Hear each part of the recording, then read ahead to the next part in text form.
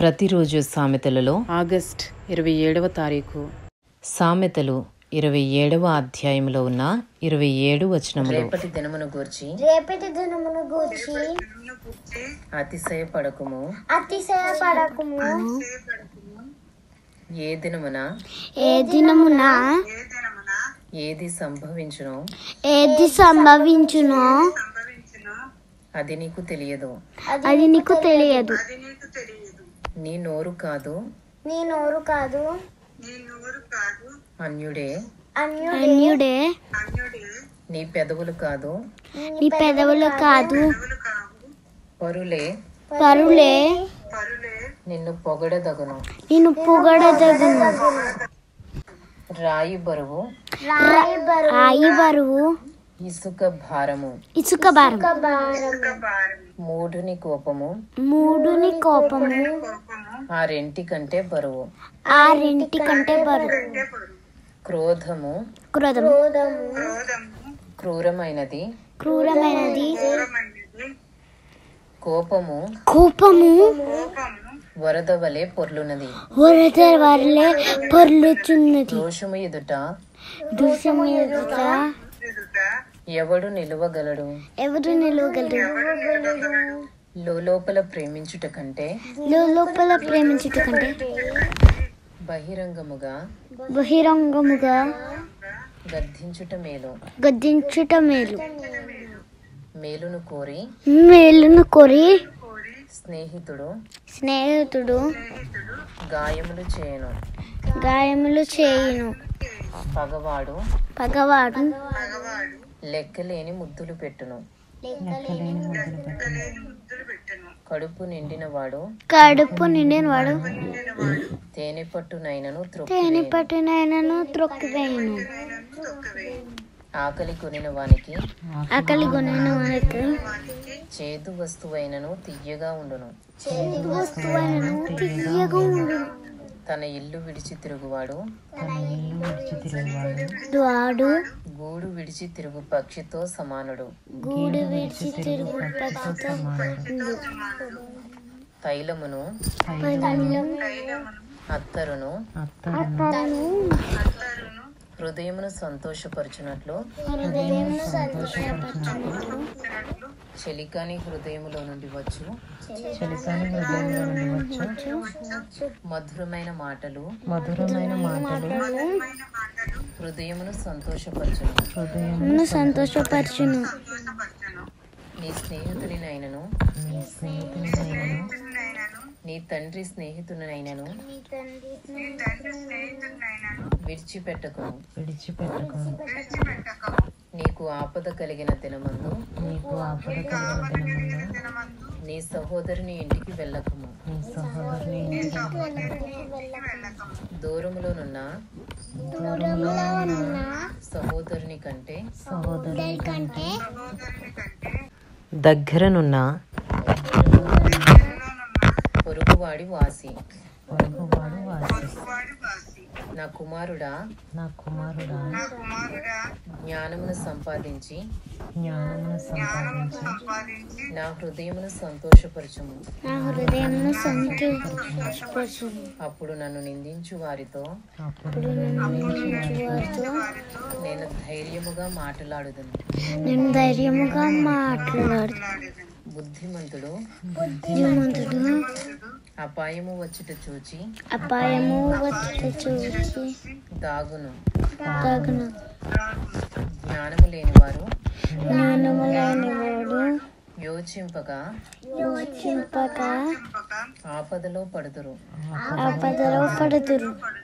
ఎదుటివాని కొరకు పూటబడిన వాని వస్త్రము పుచ్చుకొనుము.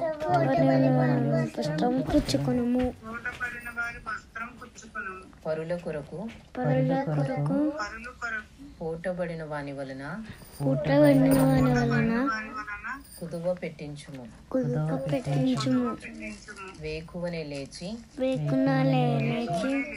గొప్ప శబ్దముతో తన స్నేహితుని దీవించు వాని దీవెన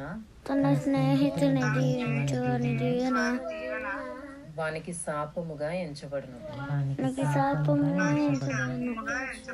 ముసురు దినమున ఎడతెగక కారు నీళ్లును గయ్యాలి అయిన భార్యయు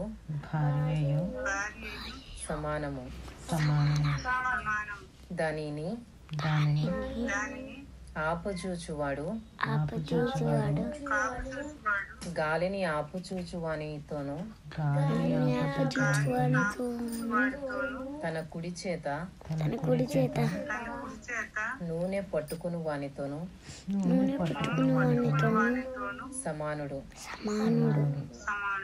ఇనుము చేత ఇనుము పదునగును. అట్లు ఒకడు తన చెలికానికి వివేకము పుట్టించును. అంజూరపు చెట్టును పెంచువాడు దాని ఫలము తినును. తన యజమానుని మన్నించువాడు ఘనత నొందును. నీటిలో ముఖమునకు ముఖము కనబడునట్లు ఒకని మనస్సునకు మరి ఒకని మనస్సు కనబడును. పాతాళమునకును అగాధ కూపమునకును తృప్తి కానేరదు. అలాగున నరుల దృష్టి తృప్తి కానేరదు. మూస చేత వెండిని కొలిమి చేత బంగారును తాను పొందిన కీర్తి చేత నరుని పరిశోధింపవచ్చును. మూఢుని రోటులోని గోధుమలలో వేసి రోకట దంచినను వాని మూఢత వాని వదిలిపోదు. నీ పశువుల స్థితి జాగ్రత్తగా తెలుసుకును. నీ మందలయందు మనస్సు ఉంచుము. ధనము శాశ్వతము కాదు. కిరీటము తరతరములు ఉండునా. ఎండిన గడ్డి వామి వేయబడును. పచ్చిక కనబడుచున్నది. కొండగడ్డి ఏరబడి ఉన్నది. నీ వస్త్రముల కొరకు గొర్రె పిల్లలున్నవి.